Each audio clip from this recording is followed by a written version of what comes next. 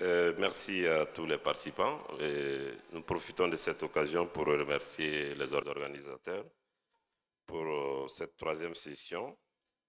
Après cet entremède musical, c'est une conférence inaugurale qui va être co-modérée par votre serviteur Diakité Abdelaziz. Je viens du Mali, je suis pédiatre. Ensuite, mon voisin de gauche, professeur Prévost, qui vient de la Belgique. Ensuite, il y aura Madame Maniwundo, c'est ça? Vous m'excuserez. Et Nesrine Radban. Ensuite, nous avons comme oratrice Madame Léla, que je vais laisser qui va être introduite par Prévost, s'il vous plaît. Voilà, donc j'ai le plaisir d'introduire notre première oratrice, Dr Leila Jedan, qui est coordinatrice scientifique au laboratoire national Mohamed VI à Casablanca, qui est présidente actuellement de la Société africaine des déficits immunitaires primitifs et qui est également secrétaire de la Société marocaine des déficits immunitaires primitifs. Welcome, Leila. Merci, Johan. C'est agréable de se faire présenter par un compatriote, parce que je suis belgo-marocaine, donc voilà, j'ai un peu, je suis revenue au Maroc pour faire mon doctorat il y a 15 ans, et voilà, j'ai trouvé Aziz déjà prêt, et j'ai surfé sur la vague. Donc, pour la session inaugurale, Oustad Aziz m'a demandé de présenter, je pense que maintenant c'est devenu un running gag, parce que tous les ans, il me demande de présenter un peu ce qui est nouveau dans la classification des déficits immunitaires, la classification internationale de la UIS. Il a été tellement impressionné par mon premier essai que voilà, il a décidé que je devais le faire tous les ans, donc voilà, je le ferai tous les ans. J'espère que la prochaine fois, j'aurai une autre version un peu plus intéressante. Donc, les déficits immunitaires, donc, qui sont maintenant appelés par la communauté internationale Inborn Errors of Immunity, parce qu'on n'est pas juste dans des déficits immunitaires primitifs tels qu'ils étaient présentés au départ, donc c'est pas juste des déficits, en nombre, mais principalement des déficits de fonction. Et donc c'est vraiment des erreurs innées de l'immunité. À ce jour, donc il y a 482 maladies qui ont été reconnues et classifiées donc par le Comité international des déficits immunitaires. Donc mandaté par International Union of Immunological Societies. Donc dans la dernière mise à jour, donc c'est celle de 2022, il y a 52 nouvelles maladies qui ont été incorporées. Et là, je vais juste faire voilà un petit diaporama assez rapide, enfin, diaspora plutôt, de ces maladies pour voir un peu voilà ce qui est neuf, qu'est-ce qui on pourra pas tout expliquer, on pourra pas tout dire. Ce sont des maladies qui ont été peut-être décrites chez juste un ou deux patients, ou peut-être une famille, ou peut-être une dizaine ou une trentaine de patients. Et on va commencer par en fait les maladies qui par contre elles sont plus anciennes, donc des maladies qui sont connues depuis un certain moment, mais qui viennent tout juste dans la dernière classification d'être classifiées comme déficit immunitaire. Donc il y a le Steve-Winman syndrome type 2, qui a été décrit pour la première fois en 1971. Donc le gène qui a été décrit tout récemment, donc entre 2020 et 2022, c'est l'interleukin IL6ST. Et donc c'est une maladie, un syndrome avec des dysplasies létales, donc petite taille, un arc des os, un arc osseux, et additionnellement, ils peuvent avoir une thrombopénie congénitale, une dermatite eczématoïde, des anomalies rénales et un défaut de la réponse aiguë. Alors il y a le Rusat qui a été décrit pour la première fois en 2000, là aussi ça date. C'est une thrombopénie qui progresse vers une pancytopénie et qui est caractérisée par une fusion proximale congénitale donc, du radius et de l'ulna au niveau donc, des bras. Il y a le lupus, donc ça parlera peut-être un peu plus à certains d'entre vous, donc le lupus systémique pédiatrique, qui a été décrit pour la première fois en 2011. Donc c'est un déficit de DNAS1L3. Donc c'est un lupus systémique avec un début très jeune, très tôt, une hypocomplémentémie, des auto-anticorps, une néphrite lupique et un syndrome vasculaire. Donc là aussi c'était récemment inclus du fait donc du gène en fait. Ensuite, il y a des phénotypes, ce qu'on appelle old phenotype new gene, c'est-à-dire des phénotypes qui sont déjà reconnus, qui étaient déjà classés dans les déficits unitaires. Et simplement, il y a des nouveaux gènes, des nouvelles descriptions, des nouvelles mutations génétiques qui sont ajoutées donc, aux gènes déjà connus pour ces phénotypes. Je pense principalement donc, aux SCID. Donc là, on a 3 nouveaux gènes qui se présentent comme des SCID témoins B+, NK+. Le PAX1, le SCP2, l'ITP-kappa-B. Donc un déficit qui se présente comme une lymphopénie CD4. Donc avec le phénotype qu'on retrouve dans les autres lymphopénies. Et un autre kit qui se présente comme un kit avec des B effondrés, enfin bas, donc le MAN2B2. Là aussi, infection récurrente, vasculite, arthrite, etc.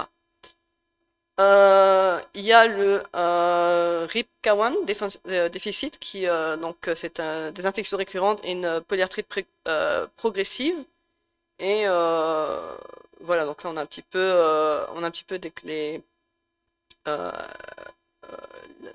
l'aspect clinique chez les 4 patients qui ont été décrits dans le premier papier en 2018 et donc c'était classé dans les kits.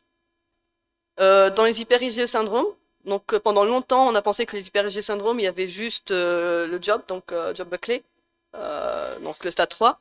En 2020 on a ajouté 5 ou 6 nouveaux gènes. Et encore ici en 2022, on vient d'ajouter la forme dominante négative du déficit en IL6ST, donc, qui fait une copie donc les déficits en IL6R et en récepteur interleukine 6 et interleukine 11. On a également donc, un nouveau défaut des canaux classiques, donc le crack R2A déficit, qui se présente comme un low-kid, avec des diarrhées chroniques, des infections respiratoires donc, récurrentes pulmonaires, donc pneumonie et une panhypogammaglobulinémie.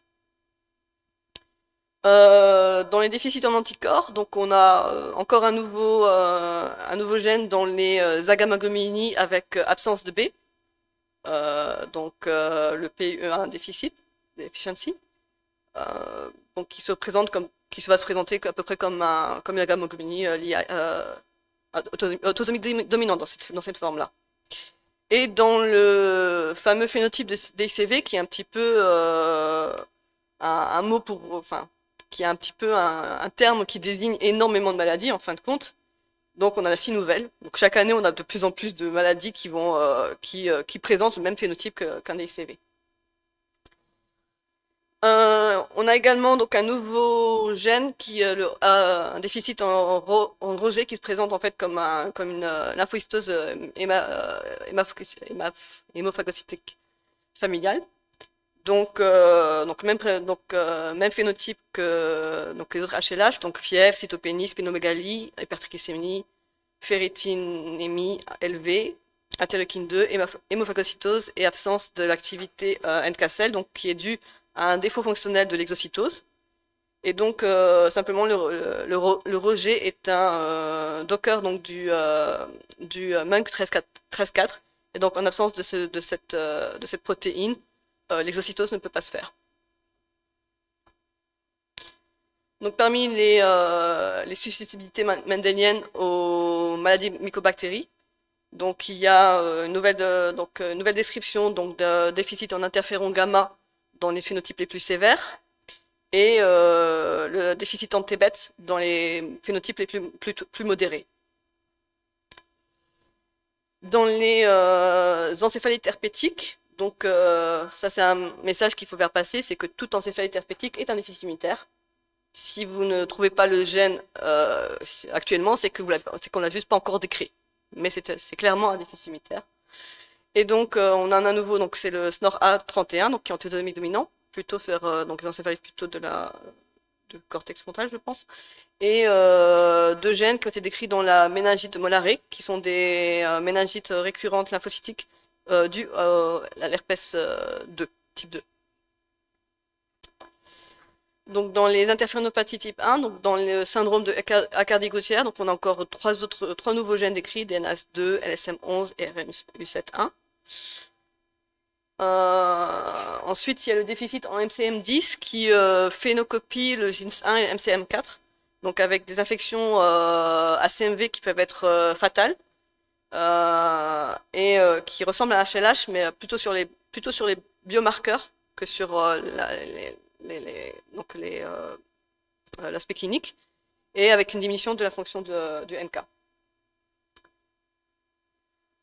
Pour ce qui est de donc dans les APS, donc les syndromes APS-like, donc a été décrit récemment le déficit en tête 2, donc avec une augmentation du CD25 soluble, du fasciclant soluble et de l'interleukine 10, et donc qui présente donc comme les autres APS donc une hépatosplénogamélie, des lymphomes, des infections, et donc qui est due à une lymphoprolifération, une altération donc, de la différenciation et de la prolifération des lymphocytes. Le déficit en MAPK8, c'est une candidose mucocutanée chronique qui est aussi associée à donc un syndrome une connectivite similaire au syndrome de Ehlers-Danlos. Le WHIM syndrome 2, donc le WHIM c'est un diminutif pour verrue, hypogammaglobulinémie, infection et myelocatexis, donc c'est normalement qui est décrit donc depuis longtemps lié au CXCR4, et donc le CXCR2 a à peu près la même une clinique similaire avec une neutropénie profonde, une myelocatexie, des gingivites récurrentes et des ulcères oraux et une hypergammaglobulinémie. Donc c'est la différence entre le WHIM1 et le WHIM syndrome et le WHIM syndrome 2, c'est vraiment la hypergamma. Voilà, pour ce qui est des gènes qui étaient déjà décrits dans la classification, mais pour lesquels des nouveaux phénotypes ont été décrits plus récemment.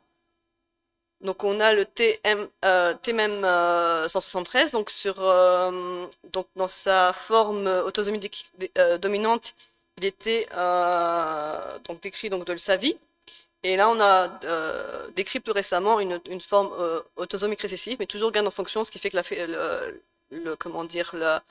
la clinique est si binaire en fait. Pour le CPE, il était décrit chez des patients qui présentaient un déficit des granules spécifiques. Et maintenant, on a récemment décrit une forme autosomique récessive gain de fonction, qui présente plutôt des fièvres récurrentes de durée de 4 à 5 jours et avec un espace de 2 à 4 mois. De 2 à 4 semaines, pardon. Donc voilà. Pour le stade 2, donc, il a été décrit d'abord dans des infections, des prédispositions aux infections liées au vaccin. C'est la forme autosomique récessive. Et plus récemment, il y a un variant spécifique de perte de fonction qui est décrit dans un syndrome auto-inflammatoire à début précoce et qui peut être fatal. Alors Icaros, il a été décrit dans énormément de formes. Donc vous avez la forme autosomique dominante qui ressemble plutôt à un KID. Une autre qui est qui présente plutôt un déficit, plutôt un DCV. Et dernièrement, on a décrit donc une forme gain of function, donc avec beaucoup d'auto-immunité, allergie, lymphoprolifération, syndrome d'Evans et infection récurrente. Enfin, donc, on a les tout nouveaux nouvelles maladies, donc nouvelles descriptions. Et là, la liste est encore plus longue, donc je vais les passer pas en revue. Donc, dans des déficiences CD4, on a le stage 3 avec un dérèglement immunitaire, des infections récurrentes, qu'elles soient sinopulmonaires ou bien cutanées. Donc, dans les kids avec une hypogammaglobulinie, vous avez le IK-BKA déficit, qui peut être soit autosomique dominant, soit autosomique récessif. Là aussi, des infections récurrentes. Et dans les kids associés avec d'autres syndromes, on a le DIAF1, autosomique récessif, donc qui présente donc une cécité corticale, un syndrome microcéphalique et des infections récurrentes, qu'elles soient bactériennes, virales ou bien fongiques. Donc dans les agammaglobulinis avec absence de B, on a le FNIP1 qui, en plus d'une agammaglobulinie classique, va aussi présenter des défauts congénitaux, donc des défauts malformations cardiaques congénitales, une neutropénie plus ou moins sévère ou intermittente, ou encore une maladie de Crohn ou un retard du développement. Enfin, dans les syndromes avec auto-immunité, qui ne sont pas liés au Treg, on a le PDC-D1 déficit, qui peut aussi se présenter par une tuberculose, auto-immunité, et qui peut être fatal sur le plan pulmonaire. Le SOX1 déficit, c'est une autosomique dominante qui présente des infections bactérielles récurrentes et une auto-immunité multisystémique. Et dans les MICI, plutôt les prédispositions MICI, vous avez le F4, déficit F4, qui est l'IAX, avec une auto-inflammation mucosale début précoce, un MICI et des fièvres. Pour les neutropénies congénitales qui sont associées à des syndromes, vous avez le gain de fonction du TLR8 avec des cytopénies sévères, une hépatosplénomégalie, une lymphadenèpathie et une maladie auto-inflammatoire progressive. Pour ce qui est des prédispositions aux infections virales, donc un groupe spécifique d'infections virales, on a le ZNFX1, qui prédispose au virus ARN-DNA et aussi aux mycobactéries. Vous avez toute la palette de gènes qui ont été décrits dans les formes sévères de Covid-19. Donc le CD28, le déficient CD28 avec une susceptibilité au papilloma, et le déficient NOS2 avec une susceptibilité à des maladies déclenchées par le CMV, notamment une pneumocystite sévère suite à un CMV ou encore et qui ne présente pas apparemment d'autres problèmes avec les autres virus herpétiques. Dans les maladies auto-inflammatoires, donc avec les fièvres récurrentes, vous avez le C2ORF69, le ZNFX1, je crois que j'ai déjà mentionné, et le TBK1, le déficient TBK1. Et dans les interphénopathies type 1, vous avez la TAD3A avec un défaut neurologique qui est prédominant. Un taux élevé d'interféron type 1 dans le sérum. Toujours dans les maladies auto-inflammatoires, donc il y a les formes qui sont prédominantes au plan cutané, donc comme le gain de fonction dans le HCK, avec une vasculite cutanée et une inflammation pulmonaire chronique. Et donc d'autres syndromes auto-inflammatoires comme le PSMB9, le CDC42 qui a un début néonatal, le Nocar syndrome, le SIC, gain de fonction du SYK, la lésion de l'exon 5 du NEMO, et NCKAP1L. Enfin, il y a les phénocopies des déficits, c'est-à-dire qu'il n'y a pas de preuve génétique que ce soit congénital, mais ça reproduit la même clinique qu'un déficit immunitaire primitif. Donc, il y a ceux qui sont associés avec des mutations somatiques, comme le VEXAS. Donc, c'est une perte de fonction de l'UBA1-1 avec un syndrome inflammatoire qui peut être, qui va démarrer plus tard, mais qui va être réfractaire au traitement. Fièvre, cytopénie, etc. Le gain de fonction de TLR8, donc avec des cytopénies sévères, une splénomégalie et une lymphadonopathie. Et vous avez des formes de Covid-19 sévères qui étaient associées à la présence d'auto-anticorps neutralisants pour les interférons de type 1. Voilà, je partage encore avec vous le QR code de l'application de la classification phénotypique. Et là, on a fait un effort, donc il est à jour sur Play Store, il sera à jour sur iOS dans une semaine, je pense, avec les nouvelles figures donc, de la classification de 2022. Je vous remercie. Y a-t-il des questions pour le docteur Jedan? C'est difficile de poser des questions là-dessus. C'est juste... Ok. On va peut-être passer au présentateur suivant, à l'orateur suivant. Bien sûr.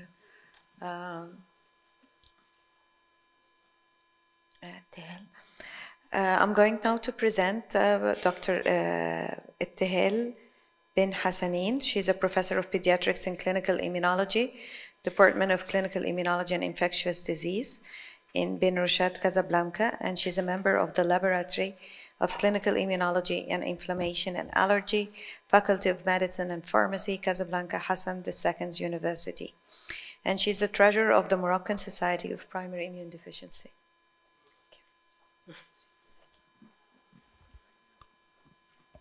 Merci, Madame la Présidente. Après la présentation de Dr. Jiten, avec toutes les nouveautés des déficits immunitaires, on va voir ensemble quand ces patients des déficits immunitaires grandissent et ils ont besoin de partir chez les adultes. Alors, je ne sais pas pourquoi. Ah, c'est bon, ça ne s'affiche plus. Donc, en fait, ce qui a été prévu, c'est que Dr Nezar Mehlaoui va donner une présentation en expliquant tout ce qui est en rapport avec la transition. En fait, il va nous parler avec détail des protocoles, des autres expériences. Et nous, on va parler de l'expérience marocaine. Peut-être on va faire l'inverse. On va commencer par notre expérience et on va voir comment ça se passe ailleurs. Alors, d'abord, c'est quoi la transition? La transition, c'est un processus, c'est-à-dire quelque chose qui dure dans le temps. C'est un passage du service pédiatrique vers les services adultes pour un continuum des soins. Et ça sous-entend une préparation des adolescents et des jeunes adultes pour la prise en charge de leur vie et de leur santé à l'âge adulte.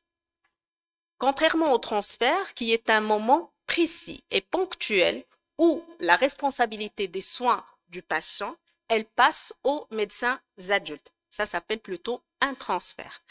Donc, la période de transition, c'est une période plutôt critique qui est appréhendée par le patient adolescent lui-même, par sa famille, bien sûr, qui l'accompagne, et aussi par son pédiatre, parce qu'il s'attache en général à son patient. Donc, il faut en général une bonne préparation, une structuration qui permet une continuité dans l'offre des soins entre les équipes pédiatriques, bien sûr, et les adultes. Mais le problème, il se présente un petit peu complexe, parce qu'il y a plusieurs problématiques qui sont en fait des sous-unités du grand problème qui est la transition et ce passage entre deux mondes. Finalement, l'adolescence, c'est une période de modification et physique, émotionnelle, sexuelle, relationnelle et sociale. Bien sûr, tout le monde est passé par là. Ceux qui ont des adolescents actuellement, ils savent de quoi je parle. C'est une période où il y a des crises d'indépendance, de comportements à risque, des rébellions aussi. Donc, c'est un problème aussi qui expose à l'abandon du traitement parce qu'on voit qu'il y a des observances thérapeutiques qui diminuent à cet âge. Et surtout, quand on a des maladies chroniques. Je ne parle pas que des déficits immunitaires, je parle de toutes les, en fait, les pathologies, que ça soit un diabète, un rhumatisme ou autre chose. Et bien sûr, il y a la particularité de la pathologie ou des groupes des déficits immunitaires qu'on appelle actuellement les erreurs innées de l'immunité, qui constituent un groupe hétérogène de maladies qui ne cessent bien sûr de progresser en diagnostic et en thérapeutique. Et la preuve, ce qu'a présenté Dr Leila Jiddan comme nouveauté, bien sûr. C'est des maladies rares, les erreurs de l'immunité, et donc en général, les maladies rares, c'est les pédiatres qui s'en chargent. Et s'ajoute à ça les complications spéciales à l'âge adulte, ne serait-ce que la malignité qui peut être une complication de ces déficits immunitaires. Alors, pour tout ça, je vais vous présenter notre expérience du CHU Ibn Rushd. C'était une enquête de la transition des patients souffrant des erreurs innées de l'immunité du service de la pédiatrie vers le service de médecine interne adulte. Bien sûr, l'objectif de notre enquête, c'était de dresser un état des lieux de la transition dans notre contexte, bien sûr, d'analyser le vécu du patient pour voir de quoi il souffre, qu'est-ce qu'on a réussi, qu'est-ce qu'on a raté, et de définir les éléments clés pour une transition réussie des patients pédiatriques vers les services adultes selon la méthode Delphi. Donc d'abord, notre enquête s'est adressée à 13 cas de patients qui ont déjà été sujets de passage vers les services adultes, qui sont suivis pour des déficits immunitaires, et on a inclus tous les patients qui ont été diagnostiqués avant l'âge de 20 ans et qui ont été référés vers le service adulte. Et bien sûr, on a exclu les patients qui ont été diagnostiqués après l'âge de 20 ans, parce qu'on arrive à diagnostiquer des déficits immunitaires, bien sûr, chez les adultes, à 40 ans, 45 ans, mais c'est pas des patients qui vont faire sujet de transition comme les jeunes. Donc, finalement, notre cohorte, elle a regroupé 13 cas avec une moyenne d'âge de 22 ans, donc avec des extrêmes de 33 ans, c'est-à-dire qu'on a gardé des patients jusqu'à l'âge de 33 ans et les extrêmes, c'est-à-dire le bas âge, était de 15 ans. Donc, la plupart étaient d'origine urbaine et c'était la plupart étaient scolarisés. Mais il faut noter qu'ils avaient des difficultés et des échecs scolaires. Pourquoi? Parce qu'il y a la charge de la pathologie chronique. Il y a aussi l'éloignement. Regardez d'où viennent nos patients, donc de différentes régions. C'est vrai que la plupart sont à Casa. Actuellement, il y avait développement de plusieurs centres à travers le Maroc et on salue nos collègues qui prennent en charge tous les patients suivis pour déficit immunitaire dans les autres CHU.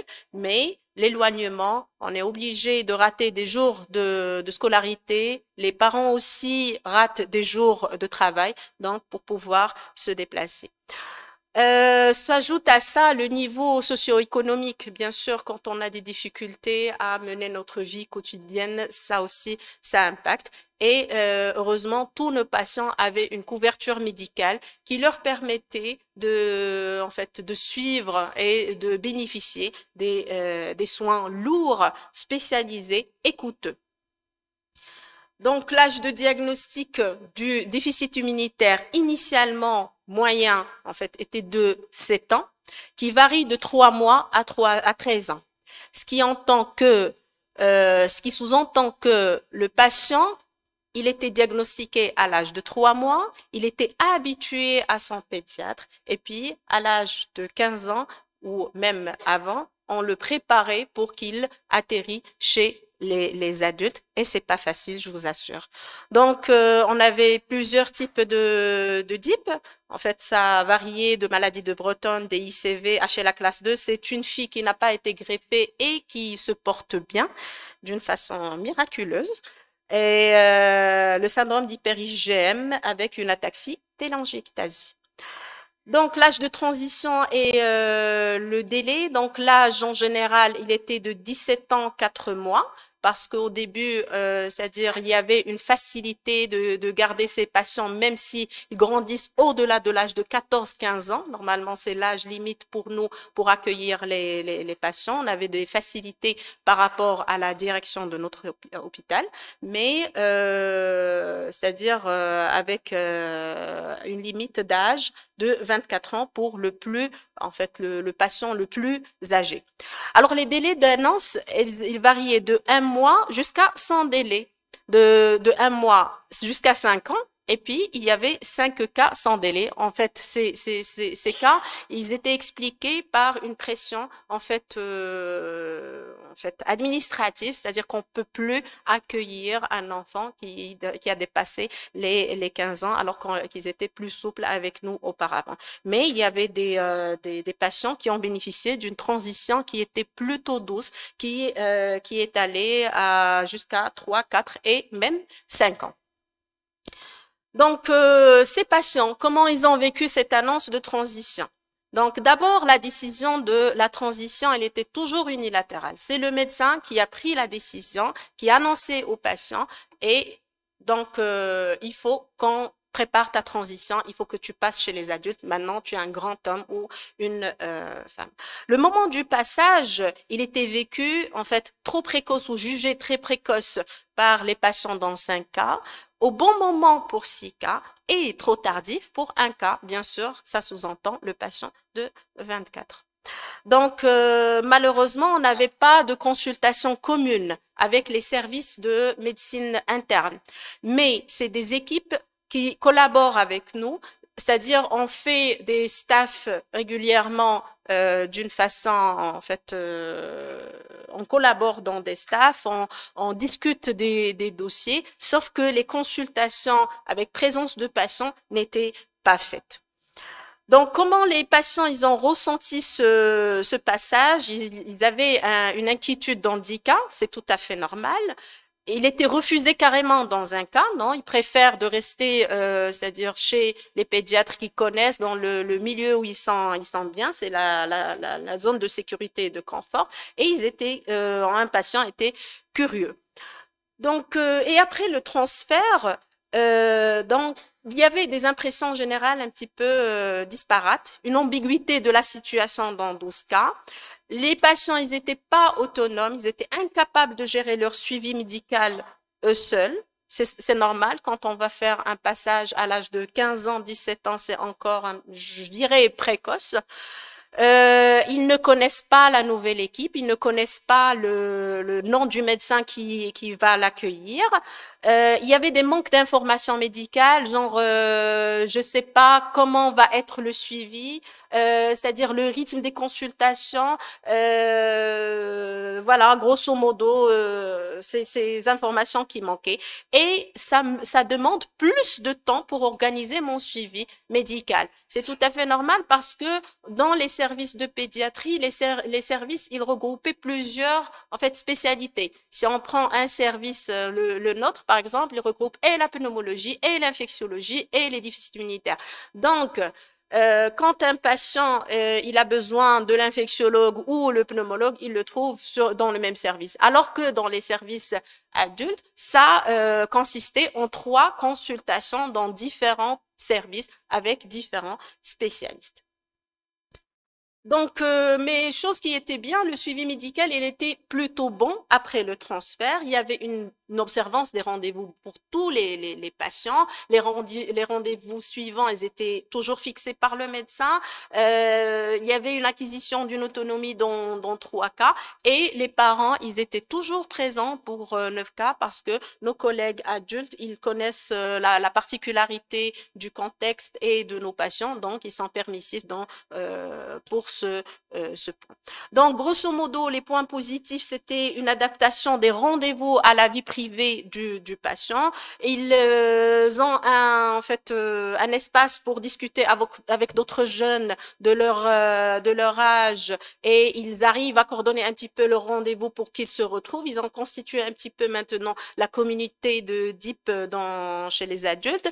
Ils ont une équipe médicale à l'écoute avec un accès du pédiatre qui est toujours possible parce parce que ils peuvent toujours revenir chez nous pour nous consulter, nous demander quelque chose pour le traitement, pour leur faciliter l'accès. Et donc, toujours, il y a ce va-et-vient entre adultes et enfants. Malheureusement, en fait, heureusement, je peux dire, la première consultation préalable à l'HDG, c'est-à-dire pour perfusion d'immunoglobulines, était toujours faite. C'est-à-dire, on n'arrive pas le jour J pour faire la perfusion sans qu'il connaisse son médecin.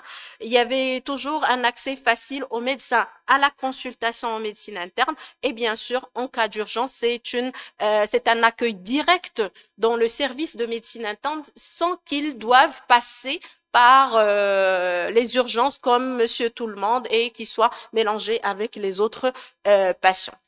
Mais il y a toujours des difficultés, bien sûr. La première difficulté, c'était la non-disponibilité du traitement immédiatement lors, en fait, du passage. Donc, ça se résumait aussi à un changement de système de couverture médicale. On est passé du Ramed vers la motadamone et ça causait des perturbations. Il y avait aussi cette perte de relation privilégiée avec le pédiatre, la confrontation avec des malades âgés, avec différentes autres en fait pathologies et des fois le patient il se projette dans ces autres pathologies. L'absence d'assistance sociale, malheureusement, on a une seule assistante sociale qui est normalement hébergée en pédiatrie. C'est vrai qu'ils ont toujours accès à cette assistante sociale qui leur facilite et l'accès aux médicaments et l'accès à tout ce dont ils ont besoin, mais c'est toujours, ils sont obligés de partir à l'hôpital d'enfants. Et le changement, bien sûr, du médecin à chaque rendez-vous. Ils n'ont pas le même, en fait, médecin.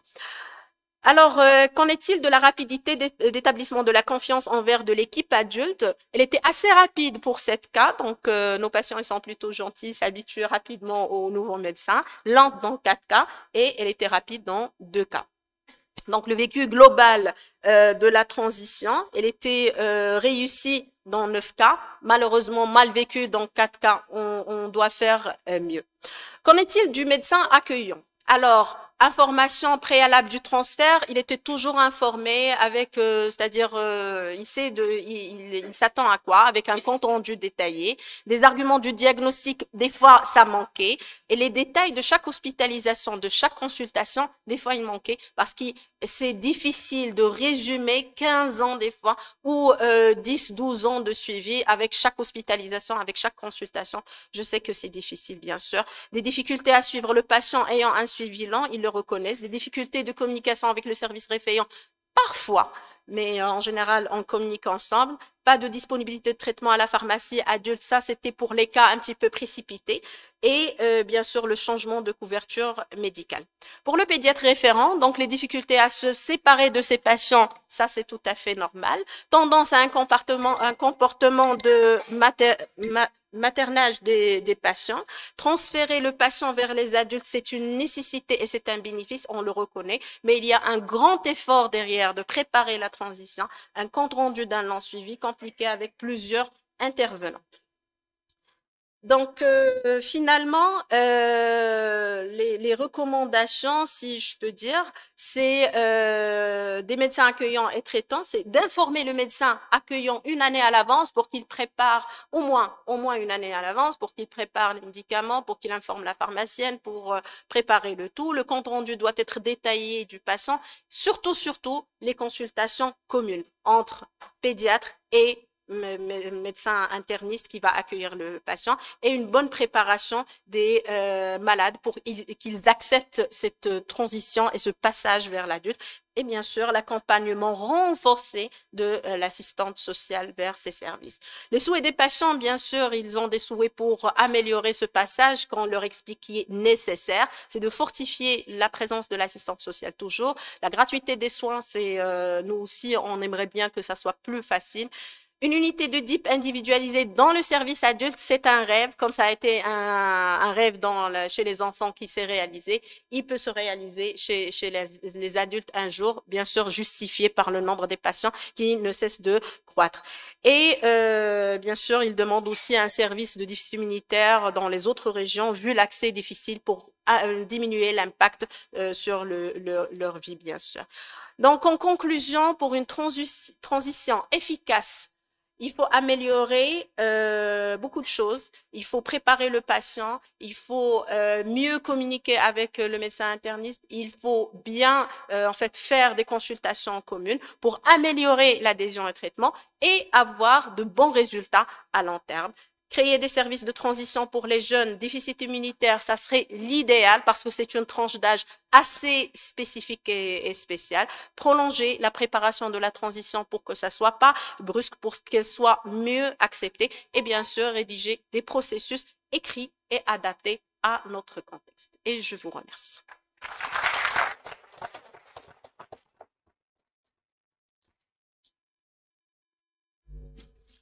Thank you for this nice presentation. It was very interesting. And is there any questions? Merci, Madame la Présidente de session. Merci au professeur Ben Saïm. C'est professeur hindou, pédiatre à Dakar, et je m'occupe d'enfants porteurs de déficit immunitaire primitif. Vraiment, merci pour la belle présentation et la transition enfant-adulte prouve encore une fois qu'il y a vraiment beaucoup de choses qui se font. Alors, la question que je pose, y a-t-il des référents adultes dans les différents services où les enfants sont transférés? Et l'autre préoccupation, je pourrais dire que c'est une suggestion. Étant donné que l'hôpital d'enfants est passé d'unité à service, est-ce qu'on ne pourrait pas avoir dans les services adultes une unité qui remplacerait l'unité de l'hôpital d'enfants au moment où l'hôpital d'enfants reste en service? C'est une suggestion. En tout cas, merci beaucoup pour l'expérience marocaine. Alors, merci pour la question. Donc, pour le référent adulte, effectivement, on a la médecine interne où il y a en fait deux de nos collègues qui s'occupent de ces patients. C'est des seniors qui sont permanents et qui connaissent bien la pathologie, qui sont impliqués avec nous, avec toutes en fait les occasions, les activités et en fait les activités scientifiques et tout. Et on a bien sûr dans les autres services, que ça soit gastro, que ça soit pneumo, que ça soit hémato, on a des référents en fait adultes qui connaissent les particularités des déficits immunitaires et donc à chaque fois qu'ils ont besoin d'une consultation et bien sûr un suivi régulier, ils sont suivis par ces médecins adultes. C'est-à-dire, par exemple, un breton compliqué de DDB, il part pas chez n'importe quel pneumologue, mais il part chez l'interniste qui va s'occuper de son déficit immunitaire, mais aussi le pneumologue référent qui connaît la pathologie. Et comme je vous ai dit, on ne cesse de communiquer ensemble, ils sont toujours présents avec nous, ils sont très intéressés par la pathologie et on arrive à collaborer. Voilà, merci. Okay. Moi, j'ai juste une question pour l'oratrice. C'est juste par rapport à vos consultations communes, là. Comment c'est réellement organisé? Parce que ça pose la problématique de la médecine de l'adolescence de façon générale face aux maladies chroniques. La consultation commune avec les adultes, vous l'organisez dans quel contexte, avec quelle échéance? Merci. Ok, alors pour ce qu'on a en réalité, j'ai dit qu'on ne l'a pas encore. Et que c'est ça ce qui nous manquait. Et normalement, dans les recommandations, il faut qu'on la fasse parce que cet adolescent qui ne connaît pas ce médecin, il va pas avoir confiance en lui. Déjà, les parents, ils nous posent cette question. En arabe, et donc, c'est-à-dire, est-ce qu'ils vont connaître bien la pathologie? Est-ce qu'ils peuvent le gérer comme vous l'avez fait vous? Donc, actuellement, on projette de la faire. C'est-à-dire, on a déjà vu avec les internistes, ils sont d'accord. Et donc, je projette, en fait, nous projetons comme équipe de faire les premières consultations chez nous en pédiatrie. C'est-à-dire, ils vont se déplacer. Et après, c'est nous qui allons se déplacer chez eux pour, en fait, acquérir c'est beaucoup d'efforts, mais c'est pour les biens des patients. Voilà. C'est vraiment important cette communication, mais seulement le malade souvent se sent perdu, rejeté et il n'est pas dans son milieu. Certainement en faisant cette consultation commune, on arrivera à dissiper les soucis. Il y avait une mail dans la salle, je pense, par là. Professeur Ouedraogo Solange. Monia? Oui, Je j'ai une comprends. question pour toi, Dr. Benhassim. Merci beaucoup pour cette présentation et pour tous les efforts, Dr. Aziz Bosfiha, pour le transfert des patients à l'âge adulte. Donc, on a le même problème dans le service de pédiatrie. On a des patients atteints de déficit immunitaire âgés jusqu'à 65 ans. Donc, ils reçoivent les immunoglobulines dans le service de pédiatrie et on trouve beaucoup de difficultés pour les transférer au service d'adultes. Et ma question, est-ce que vous impliquez des psychologues? Parce que pour nous, c'est personnalisé en fait le transfert. Il n'y a pas une procédure qui colle pour tous les patients. C'est personnalisé, ça dépend de chaque patient. Il y a des transferts qui ne prennent au maximum 6 mois. Il y a des transferts qui nécessitent parfois 3-4 ans pour convaincre le patient pour arriver à le transférer de façon convenable. Donc, comment vous faites pour les patients qui refusent, qui résistent beaucoup à ce transfert? Oui, alors effectivement, c'est une réalité. Les patients qui veulent pas, c'est-à-dire se détacher du pédiatre, c'est comme chez vous. En fait, il y a des patients qui sont en fait faciles quand on leur dit, et surtout qu'ils ont vu déjà les autres jeunes qui sont déjà passés. Actuellement, j'ai un patient qui demande lui-même, il demande, je veux passer chez les adultes, je veux pas rester avec les bébés. Et donc, je suis en train de préparer son dossier. Je suis toute contente parce que la maman, elle est convaincue et ils ont vu l'expérience qui a réussi. Bien sûr, il y a d'autres qui résistent. Et là, le psychologue, même le service de pédopsychiatrie, on arrive à juguler avec eux ces cas. Ils sont très à l'écoute et c'est des patients des fois qui peuvent présenter aussi une dépression liée à la pathologie, à beaucoup de traitements, des hospitalisations itératives. Voilà, c'est comme ça qu'on fait en général. Merci. Ok. There is another Merci. question. Merci et pour cette belle communication. Moi, je suis le professeur Solange Ouedraogo au Burkina Faso et je pense que nous avons fait la même enquête, mais pas sur les déficits immunitaires primitifs, mais sur l'infection à VIH, qui est également un problème pour la transition.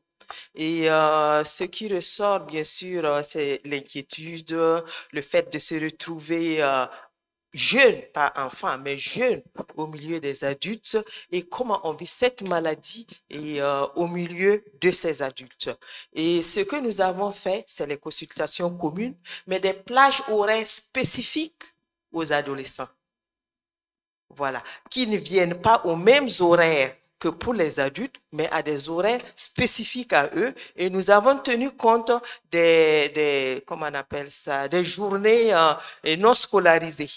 Par exemple, au Burkina Faso, le mercredi après-midi, il n'y a pas cours. Et nous avons donc réservé le mercredi après-midi pour la consultation commune de ces adolescents. Et on les accompagne même pour le transport, pour les inciter, bien sûr, pour éviter les perdus de vue. Et ça marche assez bien. Donc, c'était juste une petite expérience que je voulais partager avec vous. Je vous remercie. Merci pour votre partage, c'est réussi.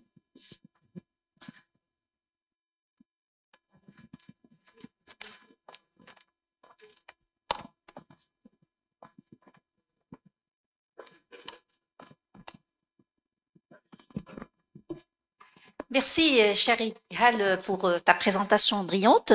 La transition, en fait, c'est la problématique de toutes les pathologies chroniques. Moi, je suis en hémato-oncologie pédiatrique. Nous avons le problème avec les hémophiles, les drépano, les thalassémies, les cancers aussi. Tu as parlé bien de la préparation des patients, mais je trouve que, en tout cas, dans notre pays et dans notre contexte, c'est la préparation des patients, mais c'est aussi la préparation de l'équipe d'accueil. Alors, tu parles maintenant de médecine interne. Je suppose parce qu'il y a des affinités avec votre service et celui de médecine interne. Maintenant, peut-être que ça va changer après, peut-être parce que les patients ne sont pas nombreux, mais avec l'augmentation du nombre des patients, ça fait une charge pour l'équipe d'accueil, ça fait une charge pour les infirmiers, ça se suppose qu'il y a du personnel en plus et ça devient problématique. Et puis pour le service aussi, les garder avec les enfants, ça pose problème avec le matériel qui n'est pas adapté, avec des lits qui sont plus petits. Et puis après, si ces patients ont besoin de réanimation, la réanimation aussi n'est pas adaptée. Donc il y a beaucoup de problèmes qui apparaissent surtout avec l'augmentation des nombres des patients. Alors ils sont adolescents, mais après ils sont des adultes. Les adolescents, c'est vrai qu'avec les petits, ils sont grands, et avec les grands, ils sont petits, mais après, ils grandissent. Et le problème aussi est celui du dossier. Quels que sont nos dossiers maintenant, ils sont dans quelques services informatisés, mais nous sommes toujours sur le support papier du dossier. Et Dieu sait que c'est pas toujours formidable les dossiers que nous avons, et donc et ça pose de grandes difficultés pour voilà l'équipe d'accueil pour le transfert du dossier médical. Voilà. Donc, c'est un problème, tu en as parlé pour les déficits immunitaires, mais au Maroc, en tout cas, c'est un problème pour toutes les pathologies chroniques. Et je pense que les équipes se débrouillent comme elles peuvent, mais ça doit être une solution, en fait, institutionnalisée d'administration et de système de santé plus que celui d'équipe. J'ai l'honneur de vous présenter le troisième orateur, Nizar, de Nickel, enfant of Infant Malady University Hospital of Paris, France, consultant in pediatric immunohematology and rheumatology unity, Nickel Infant Malady of Hospital Paris, is the coordinator of the French National Reference Center of Primary Human Deficiency, chair of medical advice, a panel of International Patient Organization of Primary Immunodeficiency, IPOPI, founding and coordinator of a unique care transition program called La Suite Nickel 4. Ça va, bien. Etc. Merci. Merci beaucoup Aziz Bousfiha, à toute son équipe, à la présidente de l'ASID, à tout le bureau de l'African Society of Immunodeficiency de m'avoir proposé d'intervenir. Je suis très honoré. Ça fait très longtemps que je ne suis pas revenu au Maroc, ça fait 4 ans. Et donc je suis assez ému parce que j'avais l'habitude de venir plusieurs fois par an. Enfin. Et puis aussi mes excuses pour l'arrivée tardive liée indépendante de ma volonté liée à l'avion. Donc j'ai à peu près 250 diapositives. On va faire ça en 20 minutes. Voilà. Donc j'ai mis le chronomètre parce que comme je suis très bavard et que c'est un sujet qui est absolument passionnant et j'ai assisté à vos travaux depuis 15 minutes et je vais certainement dire des choses que vous connaissez largement déjà. Et effectivement, comme ça vient d'être dit, c'est pas que les déficits immunitaires. Je vais essayer d'avoir une présentation un peu globale. Donc, notamment dans la mucoviscidose, l'impact très important du dépistage néonatal s'est ressenti avec une amélioration extrêmement importante de l'espérance de vie à la naissance. Et maintenant, c'est une pathologie qui concerne plus les adultes que les enfants. C'est-à-dire que la majorité des patients atteints de mucoviscidose est aujourd'hui à plus de 18 ans. Alors évidemment, maintenant, il y a des thérapeutiques extrêmement, de thérapies géniques qui ont complètement même changé la donne en termes de prise en charge. Mais avant cela même, on voyait déjà le simple fait de dépister à la naissance, on voit sur ces graphes-là, a spectaculairement amélioré la prise en charge. Alors pour les déficits immunitaires, on est aussi dans ce contexte-là, même si c'est 600, beaucoup plus, enfin, plusieurs centaines de pathologies différentes. Mais là, c'est ici comment on appelle ça, un histogramme de classe d'âge des patients vivants en France et enregistrés dans le centre de référence, dans le registre, et on voit que la médiane d'âge, c'est 23 ans. C'est-à-dire que plus de 50% des patients à 18 ans et plus. Alors, c'est des maladies rares, donc globalement, individuellement, ça peut représenter que quelques dizaines de patients ou quelques centaines de patients, mais c'est des maladies chroniques pour toute la vie qui vont nécessiter une prise en charge multidisciplinaire, complexe, de très haut niveau, et il est très important qu'il y ait des services de médecine adulte impliqués dans la prise en charge de ces patients. Alors, on voit dans les données épidémiologiques, là on prend le registre européen des déficits immunitaires, donc le registre de l'ESID, dans lequel le registre français contribue intégralement, et on contribue pour à peu près un tiers des patients là, mais on voit bien là que les premiers symptômes, donc c'est pas le diagnostic là, c'est les symptômes ici, c'est 25% des patients va avoir des premiers symptômes à plus de 18 ans. Donc on voit bien que même quand, avant même que, enfin quand on parle de diagnostic, le diagnostic peut être fait à l'âge adulte, mais même les premiers symptômes peuvent arriver à l'âge de 20 ans, 30 ans. Et la casuistique, c'est-à-dire la répartition des principaux déficits immunitaires, elle est assez classique, essentiellement des déficits de l'immunité humorale, les déficits immunitaires communs variables ou autres formes de déficits humoraux, mais aussi des déficits immunitaires combinés, des syndromes d'auto-inflammatoires, des neutropénies, etc. Alors, on voit bien que la constellation des symptomatologies, vous le connaissez très bien, je vais passer très vite, n'est pas que de l'infectiologie, mais aussi de l'oncohématologie, de l'allergologie, de la médecine interne, avec plein de spécialités, et ça peut rendre le parcours diagnostique assez compliqué. On voit bien sur ce graphe ici qu'un certain nombre d'organes différents, et là c'est juste un schéma et c'est pas du tout exhaustif, peuvent être atteints chez les patients, un ou plusieurs, d'emblée ou au cours du suivi. Mais ce qui est absolument clair encore aujourd'hui, c'est qu'il y a un problème de de connaissance sur ces diagnostics et qui peut donc ensuite induire une perte de chance pour les patients, parce que plus le diagnostic est fait tardivement, et plus le patient va avoir des complications qui vont ensuite impacter non seulement son espérance de vie, mais aussi sa qualité de vie et rendre son parcours de soins plus complexe.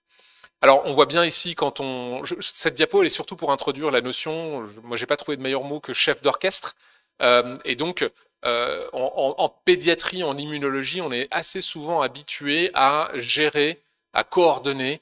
Et en médecine adulte, ça peut être un petit peu plus compliqué. Je dis pas que nos collègues médecins adultes ne le sont pas, ils le sont, mais quand on voit que parfois il peut y avoir 3 ou 4 organes atteints chez des adultes et que nos collègues peuvent être dans des différents hôpitaux, ça peut rendre les choses un petit peu plus compliquées, c'est du vécu, et nos collègues adultes sont bien d'accord avec ça. Mais il y a vraiment un rôle à jouer pour nos collègues adultes en termes d'orchestration des soins. Alors, je parlais du newborn screening, du dépistage néonatal pour la mucoviscidose. Vous le savez, pour les déficits immunitaires combinés sévères, ou en tout cas les lymphopénités sévères, il y a maintenant de plus en plus de pays qui proposent ce dépistage néonatal, et on espère aussi que cela permettra d'améliorer la qualité de vie. Je voulais juste montrer cette diapo pour 2 raisons. D'abord, nos collègues qui s'occupent de mucoviscidose, par exemple, mais aussi de drépanocytose ou d'autres pathologies, quand il y a un test néonatal positif, ils informent les parents à 2 niveaux. Le premier, c'est qu'ils informent sur le diagnostic. Là, vous avez un beau bébé, monsieur, madame, voilà, vous avez un beau bébé en bonne santé. C'est difficile de croire que votre bébé a en fait une maladie grave, parce que ça ne se voit pas sur lui. C'est le principe du dépistage néonatal.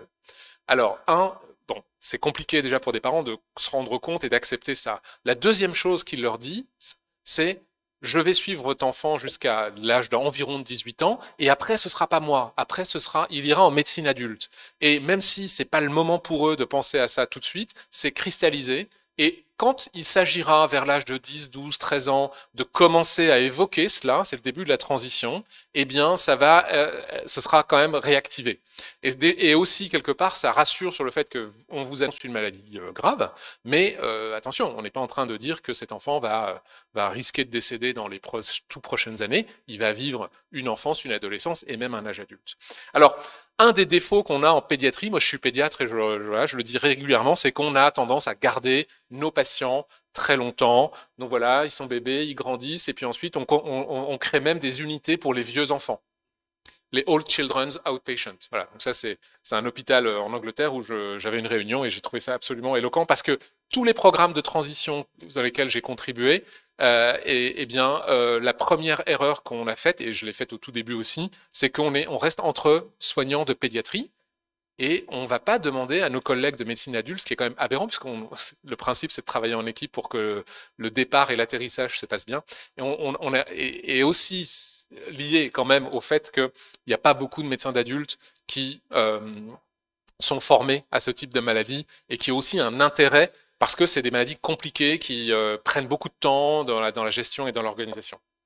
Voilà, donc quand il y a des pays où la majorité, c'est un moment extrêmement important, donc le Japon, eh bien, à 20 ans, eh bien, il y a un jour férié et les jeunes, c'est leur fête. Donc normalement, l'idée, c'est qu'ils payent un respect aux aînés. C'est aussi une façon de montrer la continuité dans la société japonaise, mais c'est quand même un rituel de passage. C'est extrêmement important. Alors, quand on a une maladie chronique, alors là, il y a donc, ah oui, ça se voit là, ça se voit pas trop sur l'écran. C'est un papier du New Yorker de début d'année. C'est Nobody has this condition but me. C'est très compliqué de se sentir, d'avoir un sentiment d'appartenance. Et puis aussi, beaucoup de patients, vous l'avez dit tout à l'heure, et beaucoup de parents se disent, mais est-ce que les collègues en médecine adulte vont connaître ma maladie? Et nos collègues de médecine adulte, il y a 10 ans, ils nous disaient, oulala, moi je voyais arriver des familles et des jeunes qui connaissaient mieux la maladie, le syndrome X, Y, Z que moi, et donc il fallait que je m'absente 2 minutes pour regarder sur les textbooks, pour lire un tout petit peu, parce qu'en fait, sinon l'alliance, la confiance n'avait pas forcément lieu. Et alors, quand on revient sur les maladies chroniques, il y a des systèmes de cohortes électroniques qui existent et qui sont extrêmement intéressantes. Là, c'est des adultes qui ont plein de maladies tout à fait différentes, des lupus, des polyarthrites rhumatoïdes, des choses comme ça. Mais j'ai trouvé que c'était un papier extrêmement intéressant parce qu'il y a besoin d'améliorer la prise en charge des patients. On leur pose la question, qu'est-ce qui est le plus important pour vous? Il faut transformer le soin pour qu'il soit plus holistique et personnalisé. Même au niveau de la consultation, c'est pas que au moment pour les malades hospitalisés. Il faut améliorer, rendre le parcours des patients plus souple, plus lisible. C'est très compliqué pour des patients de se repérer dans l'hôpital, de comprendre comment ça fonctionne, et entraîner, former les cliniciens à de meilleures relations interpersonnelles et réduire la stigmatisation. Ça, voilà, ils disent implementing des actions très simples peut considérablement améliorer. On a parlé d'améliorer l'espérance de vie avec le dépistage néonatal. On peut aussi faire, on a aussi notre part au quotidien. C'est pas toujours simple, mais on peut essayer. Alors j'ai trouvé que c'était très intéressant parce que ça résonne dans ce qu'on a essayé de faire à Necker. Je vous en parlerai très rapidement, mais la transition, je vais passer très vite dessus parce que vous l'avez eu en long, en large, en travers. Mais c'est un processus long qui commence en général aux alentours de 12-13 ans. Mes collègues en cardio-pédiatrie, ils commencent à 7 ans, parce qu'ils disent 7 ans, c'est l'âge de raison. On commence à parler à ces enfants de ça. Il y en a même qui font visiter le service de médecine adulte à des enfants de 7 ans et à leur famille. Voilà. Mais on entend aussi des jeunes qui découvrent à 18 ans que c'est la dernière consultation de pédiatrie et dans 6 mois, tu passes en médecine adulte, tu te débrouilles pour trouver un médecin d'adulte, c'est dans un autre hôpital, t'inquiète pas, tu trouveras, c'est très simple. Vous voyez, donc la diapo d'avant, elle résonne de manière intéressante ici. Donc il faut vraiment articuler ça mieux. Alors quand on demande aux patients, eh ben, c'est extrêmement éloquent parce qu'ils disent, je connais pas le nom de mon médecin, j'ai pas envie de quitter mon équipe soignante pédiatrique, et d'autres qui disent une fois qu'ils sont passés, finalement c'est mieux parce que je peux parler en toute franchise et lui me parle en toute franchise. Il y a des choses que je n'osais pas aborder avec mon pédiatre. Là, il y a même des thématiques comme le décès, voilà, les complications létales sont abordées. Le remboursement des médicaments, quand on interroge les jeunes et qu'on leur demande de quoi vous voudriez parler en atelier, on pense la vie romantique, l'amour, voilà, éventuellement la sexualité, ce genre de choses-là. Enfin, voilà, nous, en tant que soignants, on pense ça. Et en fait, le premier thème, c'est le remboursement, c'est la sécurité sociale. C'est pour vous dire à quel point ces jeunes ne sont pas frivoles, ils ne sont pas si légers que ça. Et je vous parle de patients français pour lesquels vraiment la majorité des Français ne savent même pas que les médicaments coûtent un peu d'argent parce que tout est remboursé, à peu de choses près. J'exagère un petit peu, mais donc ces jeunes-là, ils ont quand même conscience de ça parce qu'ils disent, mais moi à 18 ans, s'il faut que je paye mes médicaments, j'aurai pas d'argent et c'est des médicaments pour des maladies rares qui sont très chers. Alors, on doit faire de la transition, c'est fondamental, la salle est absolument convaincue, je pense, parce qu'il y a des jeunes qui échappent au système. Quand je parle à mes collègues, de médecine adulte, par exemple, en insuffisance rénale, vous voyez arriver un patient de 19 ans qui a une insuffisance rénale découverte récemment. Ça n'a rien à voir, la prise en charge du soin pour ce patient n'a rien à voir avec un patient qui est malade depuis qu'il a 1 an. Ce jeune-là, celui qui a 1 an, c'est un expert pour échapper au système de soins. Il va il va vous balader, il va vous dire qu'il prend ses traitements, il les prend pas, il va vous dire qu'il va venir au rendez-vous, il vient pas. En pédiatrie, quand un patient vient pas, on appelle, qu'est-ce qui se passe? Je te donne rendez-vous pour la semaine prochaine, il faut absolument que tu viennes. On est un peu stressé, voilà, on est vraiment très présent. En médecine adulte, tu viens pas, c'est ton problème. Moi, j'ai plein d'autres patients à gérer. T'es pas mon patient principal. Et en plus de ça, c'est une maladie rare. Et moi, j'ai plein d'autres maladies bien plus fréquentes. Ce qui est compliqué pour les jeunes, d'ailleurs, de se retrouver une deuxième fois confrontés à la rareté de la maladie et de quitter une équipe où ils avaient la sécurité, la confiance que l'équipe connaissait la maladie. Donc il faut vraiment articuler ça. Les problématiques aussi pour un certain nombre de docteurs en médecine adulte, c'est compliqué parce qu'on écrit l'histoire de la médecine là, au jour le jour, parce que pour plein de patients, eh bien, ils n'étaient pas arrivés à cet âge-là. Ça paraît évident peut-être, mais c'est quand même compliqué. C'est-à-dire que nous, on ne sait pas quelles complications attendre, comment en parler aux jeunes et comment en parler aux familles. Alors pour nos collègues en médecine adulte qui connaissent encore peut-être moins ces pathologies, c'est compliqué aussi pour eux. Donc le lien de confiance est extrêmement important. Et je dirais, il faut absolument que nous, en pédiatrie et en médecine adulte, on travaille main dans la main et de manière très importante. Moi, j'ai vraiment de manière très importante modifié ma pratique en assistant à des premières consultations de médecine adulte.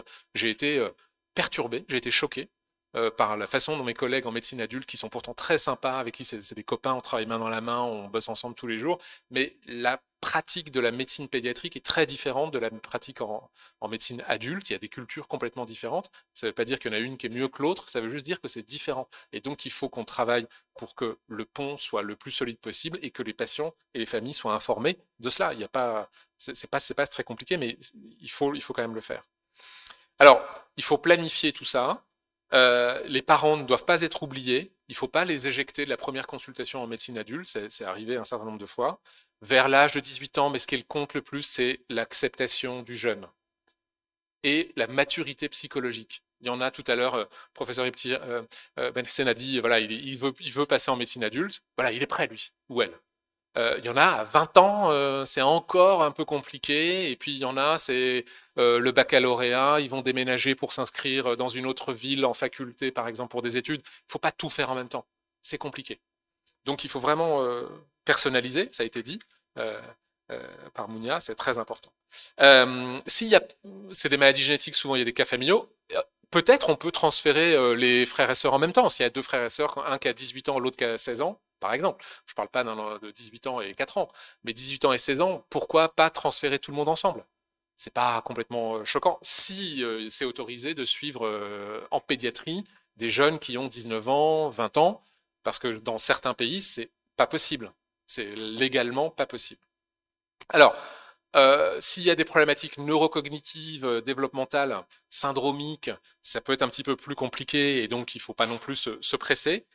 Et j'insiste vraiment sur le fait qu'il ne faut pas le faire ni en urgence, un samedi à minuit, de la fièvre, boum, tu vas passer en médecine adulte parce que de toute manière j'allais te passer dans 6 mois, donc autant le faire tout de suite. Erreur. Ni via le service des urgences à la porte de l'hôpital. Parce que aux urgences, souvent, quand tu as 18 ans et un jour, ah bah t'es dans un hôpital pour enfants, donc tu vas à l'autre bout de la ville, dans l'hôpital pour les adultes. Ah oui, mais ils ne me connaissent pas. Ah bah oui, mais nous, ça ne nous regarde pas, la loi, c'est la loi, et donc tu pars. Erreur. Donc il faut vraiment... voilà. Donc, c'est très important. Alors, l'absence, les no-show, c'est-à-dire ceux qui ne se présentent pas aux premières consultations de médecine adulte, si on ne se présente pas en première consultation de médecine adulte, il y a très peu de chances qu'on se présente à la deuxième ou à la troisième, parce que même d'abord, il n'y en aura peut-être pas, il n'y aura pas de programmation de deuxième consultation. Donc là, c'est des maladies, voilà, je vous laisse lire la diapo, ça varie, mais vous voyez, ça c'est des maladies endocriniennes, rhumato et hémato non malignes, ça va de 0 à 66%. Mais en fait, ça commence déjà en pédiatrie, parce que si on regarde ici le transfert, là, c'est-à-dire le passage en médecine adulte, à gauche c'est la pédiatrie, vous voyez qu'il y a des no-show aussi en pédiatrie. Donc attention, warning, c'est un signe. Alors, RITA, c'est le nom d'un réseau européen de maladies rares, enfin pour des maladies rares. Donc là, on a, là en l'occurrence pour les maladies immunodéficiences, auto-immunes et rhumato, qui a monté un groupe de travail transition. Et ça a été publié là, et il y a eu une enquête qui a été menée. Et puis on a essayé d'établir quelques guidelines qui sont sensiblement les mêmes que ce que je vous ai présenté là. Mais vous voyez les faiblesses. Hein. Donc, pas de. On a parlé de psychologie là tout à l'heure, c'est évidemment fondamental. La prise en charge doit être holistique en pédiatrie, en médecine adulte. Les fragmentations des services de médecine adulte, parfois même dans différents hôpitaux, c'est surtout ça qui est compliqué. Alors qu'avant, ils étaient dans un hôpital en général unique. Pas assez de ressources, ça a été évoqué juste avant aussi. Le fait que dans certains pays, les médicaments existent dans les services de pédiatrie ou peuvent être donnés ou peuvent être remboursés en pédiatrie, mais ce n'est pas le cas en médecine adulte. Donc là, on ne peut pas passer un patient en médecine adulte et savoir qu'il n'aura pas le traitement dont ce patient a besoin. Ce n'est pas possible. L'engagement de l'équipe adulte, alors ça progresse vraiment très très bien, c'est hyper important, l'engagement des patients et des familles. Et puis, est-ce qu'il y a des structures de transition? Alors, on va en parler. Parce que ça peut aider en support des services cliniques. L'idée, c'est que les jeunes acquièrent une certaine autonomie. Donc, ils passent ici de plutôt quelqu'un de passif. Ok, c'est les parents et les médecins qui décident, entre guillemets, pour eux, pour le jeune. Et puis ensuite, progressivement, je supervise, je décide pour ma santé. Donc là, on pourrait dire que ça commence à 13 ans, et puis là, c'est 25 ans. Alors, vous savez que le cerveau humain continue à maturer de l'arrière vers l'avant, et le cortex préfrontal, qui est la zone du cerveau qui permet de prendre les décisions, de s'organiser, de savoir que dans 6 mois, il faut que j'aille faire une prise de sang avant d'aller voir mon hématologue, etc. C'est 25 ans. Donc pour ceux qui ont des jeunes adultes de 21-22 ans, ne perdez pas espoir. Il y a encore quelques années à tenir. Mais les parents et les soignants peuvent aussi évoluer dans l'échange, et c'est un trio. Alors, ça, c'est plutôt la réalité, c'est-à-dire que la transition, c'est compliqué, on ne sait pas trop se repérer, on ne sait pas où sont les différents acteurs. Si on tombe ici dans le ravin, on ne va jamais s'en sortir, on ne va jamais relever la tête. Mais en fait, il y a quand même des solutions, et il faut savoir quand même trouver les bons interlocuteurs. Et donc, c'est pour ça que parfois, les plateformes de transition peuvent être utiles. Normalement, j'ai mis mon chronomètre, donc il reste 2 minutes. Alors, une autre façon pour respecter 20 minutes, il me reste 2 minutes, donc ça va aller. Voilà, là c'est un papier du BJH, British Journal of Medicine, je crois, en 2015. Voilà, le jeune est là, il a son dossier, personal folder avec plein de documents dedans. Il est accompagné par des pédiatres ou des services de pédiatrie, etc. Il passe en médecine adulte là et il continue à être accompagné. Ça, c'est la théorie. La réalité, et même par ceux qui ont écrit ça, à qui j'ai demandé, est-ce que vous pouvez me dire comment vous faites parce que c'est génial, on aimerait le faire, ils disent, en vrai, on n'arrive pas à le faire, et c'est ça la réalité. Bon, donc, nous, pour les déficits immunitaires à Necker, ce qu'on a essayé simplement de faire, c'est une fiche papier, vous voyez, basique, simple, élémentaire, recto, verso, qui compile les éléments essentiels, parce que effectivement, ça a été rappelé, le dossier médical, maintenant on est informatisé, mais c'est pas, ça rend pas forcément les choses toujours aussi simples. Mais avant, on était papier. C'est une fiche qui a 10 ans, vous voyez, elle est très simple.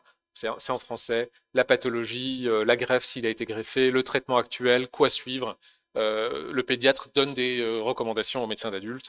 Il y a des consultations communes de transfert qui existent. C'est le moment où on peut refaire le point. Notamment pour des patients qui n'ont pas de cause génétique identifiée. Parce que si on a fait le test génétique il y a 10 ans, nous, en pédiatrie, peut-être on a oublié de le refaire. À 18 ans, 19 ans, ça peut être le moment où on peut refaire un tour de génétique avec 30 nouveaux gènes par an dans les déficits immunitaires. Peut-être que ce patient, en 10 ans, il y a eu 300 gènes. Peut-être que là, son gène, là, voilà. Et pourquoi un gène? On ne va pas revenir là-dessus, mais ça a des impacts sur les traitements et sur la greffe et sur le suivi. Voilà. Alors, moi, j'aime bien cette affiche. C'est mes collègues de la plateforme de l'hôpital Robert Debré qui ont fait ça ils forment les médecins d'adultes et ils ont appelé ça « Vos jeunes patients débarquent ». Les cohortes croissantes de patients, c'est vraiment une réalité. Il faut que vous soyez prêts parce que vous allez en avoir de plus en plus et ils sont exigeants. Ils ont une psychologie un peu différente d'un jeune du même âge. Je l'ai évoqué tout à l'heure. J'aime beaucoup je suis un peu jaloux parce que je voulais le faire et puis j'ai pas eu le temps de le faire. Bon, voilà. Alors, La continuité des soins, quels sont les critères? Souvent, on me demande c'est quoi les critères d'une transition réussie. Déjà, il faut qu'ils viennent en consultation. Il ne faut pas qu'ils soient trop perdus du système. Il ne faut pas qu'ils aient trop de problématiques d'observance thérapeutique. Il ne faut pas qu'ils aient recours aux soins évitables, c'est-à-dire le passage aux urgences parce qu'ils ont de la fièvre ou bien parce qu'ils ont une complication plus grave que ça. Et donc même, comment éviter des hospitalisations en urgence, parce que là, c'est juste passer aux urgences, mais là, c'est être hospitalisé. Et puis, essayer d'éviter des organes damage. Voilà. La qualité de vie, la satisfaction, c'est hyper important. Je vais passer vite. On a aussi énormément de points à discuter avec eux, notamment leur insertion socio-professionnelle, leur projet de vie. Et par exemple, on fait même, nous, on a des projets pour les insérer au niveau professionnel dans des entreprises qui sont volontaires, notamment ceux qui ont des handicaps visibles. Et on fait même passer le permis de conduire à l'hôpital Necker. Bon, je crois qu'on est le seul hôpital à le faire.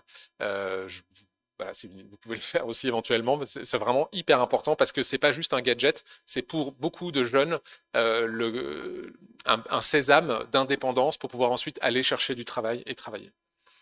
Voilà, je vais passer sur voilà, terminer là-dessus. Leur permettre d'atteindre leur potentiel maximal, c'est hyper important. Commencer le plus tôt possible, ça fait jamais de mal. Il vaut mieux commencer à 12 ans que commencer à 18 ans et demi. Les parents jouent un rôle hyper important. C'est le moment, la période peut-être 17 ans, 18 ans, 19 ans, c'est le moment de reparler de choses qui sont génétiques, traitements, mais aussi projets de vie. Il y a plein de jeunes qui s'autocensurent, qui pensent qu'ils ne peuvent pas faire des métiers, qu'ils ne peuvent pas passer le permis de conduire, c'est pour ça qu'on a fait ce projet-là, mais aussi qu'ils ne peuvent pas avoir d'enfants, par exemple. Ils se disent, j'ai une maladie génétique, donc je ne peux pas avoir d'enfants, parce qu'ils imaginent des choses que peut-être ils ont entendues de notre part ou pas, mais c'est hyper important. Et aller donc au-delà des problématiques strictement médicales. Voilà, je m'arrêterai là, j'avais plein d'autres diapos, mais ce sera pour un autre jour. Merci à vous. Merci beaucoup, merci, c'est très passionnant. Merci beaucoup. Je vais passer le micro à mon collègue pour conclure et lever la séance. À la dame. Merci beaucoup pour la présentation, aussi pour la présentation de mon professeur Ben Hassan, et avec aussi mon expérience de la prise en charge et des enfants vivant avec le VIH. Oui. Je trouve que jusqu'à présent, la transition, on a encore beaucoup de boulot parce que vraiment, malgré des bons encadrements, des accompagnements, on essaie même d'organiser des groupes de parole, de campagnes de vacances pour amener les jeunes qui sont déjà du côté des adultes, les mettre en contact avec les jeunes qu'on va transférer. De toutes les façons, c'est pas facile après des années d'être avec une équipe et de le changer. Vraiment, cette séparation, vraiment, elle n'est pas toujours bien vécue. Donc, je pense, avec les deux présentations, ça va nous permettre aussi d'aller améliorer cette période de transition. Je vous remercie pour les deux présentations. Et je voulais aussi demander à l'auditoire s'il y a des questions, elles sont bienvenues. I do have a comment. Thank you for your presentation. It was really nice. And I would like to share with you our experience in Egypt in my center, where 10 years ago we didn't have any adult immunologist who really was interested in the primary immune deficiency. And then we started with the first patient who we're not allowed to anymore admit him in our hospital. We have to move him to the adult hospital. And so we transferred, we wrote for them the plan, and we were actually following the patient, and he was just being there in the adult hospital. But this patient made them get interested in the immune deficiency. We started giving them lectures about the types of immune deficiency and the diseases. And now we do have a team for adult immunologists, which is considered to be something good. And we're transferring patients. It's not that easy, but we're taking steps. And they got interested in doing research. Now they're searching for patients with immune deficiency in the adults, which is excellent, really. It's a win-win. Yeah, it is a win-win. Yeah. Une question, Nizar, s'il vous plaît. Juste sur le plan pratique, est-ce que vous avez une unité de transition enfants-adultes, est-ce que ce sont des gens dédiés à cette unité ou bien ce sont des procédures à suivre par toute l'équipe? Je ne sais pas si je peux montrer, si on peut quitter l'écran d'accueil ou pas. Dollar? Ah oui? Alors, attends, dollar. Non, c'est échappe? Non, c'est pas ça? Ah ben voilà, c'est ça. Ouais, donc voilà, on a ça. Voilà, ça c'est la structure qu'on a à Necker, qui est une structure indépendante de structure de soins, qui est dédiée à la transition. Et alors, on a donc cette personne qui coordonne. On y fait un certain nombre de choses ici. Il y a des consultations. C'est un lieu de soins. C'est pas un lieu ludo-éducatif. C'est pas un lieu où il y a des jeux vidéo, etc. C'est un lieu de soins. Mais on fait du soin innovant, c'est-à-dire du soin différent de ce qui se fait dans les services. Sachant qu'à Necker, il y a donc 40 centres de référence maladies rares avec 4000 maladies rares. C'est la moitié de toutes les maladies rares. Et pourtant, on a réussi à trouver des thématiques pour les 4000 maladies rares. Et donc, ce qu'on y fait, vous voyez, je vous montre quelques photos. Ce qu'on y fait, c'est ça. On y fait des ateliers, de l'individuel, du collectif, de l'éducation thérapeutique, des consultations de transfert. On s'occupe des parents, on fait de la formation pour les soignants aussi. On fait de la relaxation, de la méditation, on gère l'angoisse des patients. C'est presque ça. Ah, voilà, vous pouvez lire là, je ne sais pas si on arrive à lire avec la lumière là. Voilà, on s'occupe de choses dont ils disent qu'elles sont importantes pour eux. Et ce qu'on leur dit, c'est venez comme vous êtes. C'est-à-dire que la maladie, c'est dans le service X. Moi, quand je fais ma consultation, je m'occupe évidemment, je m'occupe d'un peu de tout, mais de la maladie essentiellement. Mais pour tout ce qui va être soins non liés directement à la pathologie rare, ils peuvent aller à la suite. Mais ce n'est pas un lieu obligatoire. C'est seulement pour ceux qui en ont besoin. Et il faut qu'ils soient informés de l'existant. Et aujourd'hui, on est aussi sur les digitales. Et aujourd'hui, vous voyez, il y a 12 espaces. Il y a 12 espaces en France qui existent en 6 ans. Et pour nous, c'est hyper important parce que d'abord, c'est un critère que ça marche et que l'idée qu'on a eue à Necker, elle s'est développée ensuite, mais aussi le fait que 80% des jeunes qui viennent dans notre espace viennent de chez eux et parfois il faut 1 heure de transport pour venir à l'hôpital, 1 heure pour repartir. Et c'est pas parce qu'ils étaient hospitalisés et puis bon, ils s'ennuient pendant 1 heure, ils descendent. Non, non, non, c'est pas ça. Donc, c'est 2 arguments extrêmement importants pour dire que c'est important pour eux. Et on fait le pari qu'avec ça, ils vont se rendre compte que, effectivement, l'hôpital ne s'intéresse pas que à leurs gènes ou à leurs poumons ou à etc., à leur prise de sang, mais aussi à leur personne. Parfait, merci. C'est fini? C'est bon. C'est pas possible. Une question, un commentaire plutôt, si vous permettez. Merci beaucoup pour les présentations et merci d'accorder de l'importance à cette histoire de transition, parce qu'il s'agit de maladies chroniques.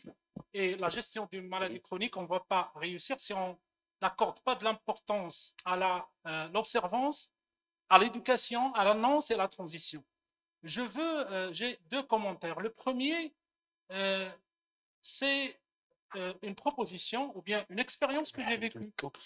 Parfois, on avance, on fait le pas de faire la transition et de faire passer l'adolescent vers l'adulte. Parfois, il est intéressant de faire marche arrière si on échoue. Ah oui, bien sûr. Et j'ai eu cette expérience avec un enfant que j'ai transféré et qui s'est évadé de l'hospitalisation parce qu'il n'est pas habitué à l'esprit d'un médecin d'adulte.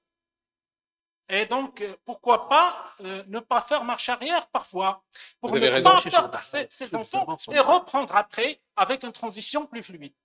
Ça, d'une part. Le deuxième commentaire, il faut qu'il y ait quelqu'un de stable dans cette histoire. Et parmi les propositions, c'est les médiateurs thérapeutiques. Les médiateurs thérapeutiques, on a l'expérience avec le VIH, c'est des gens qui peuvent énormément rendre service parce qu'ils sont stables, ils sont avec le patient dans le service de pédiatrie et dans le service d'adulte, et c'est quelque chose qui soulage un peu, qui allège cette transition. Et merci pour votre présentation et vos présentations.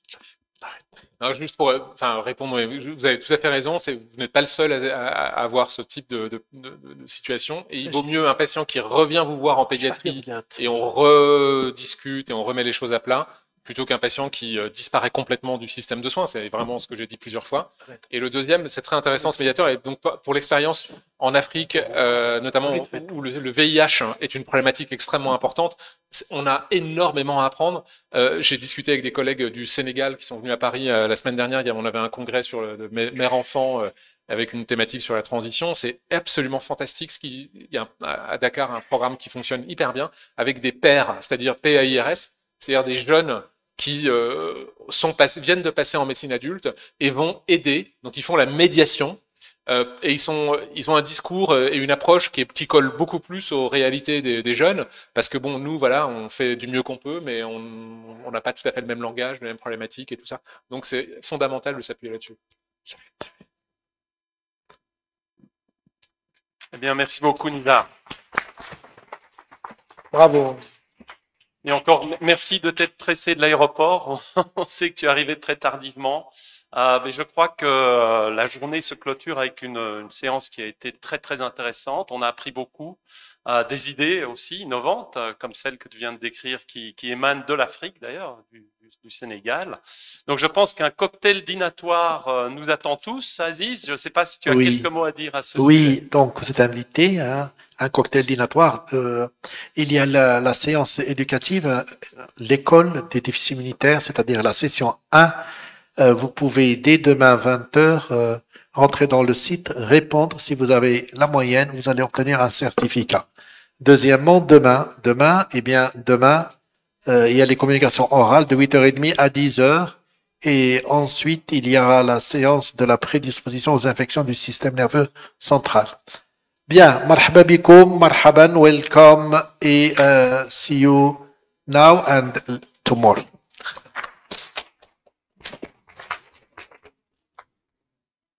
Good. Very much.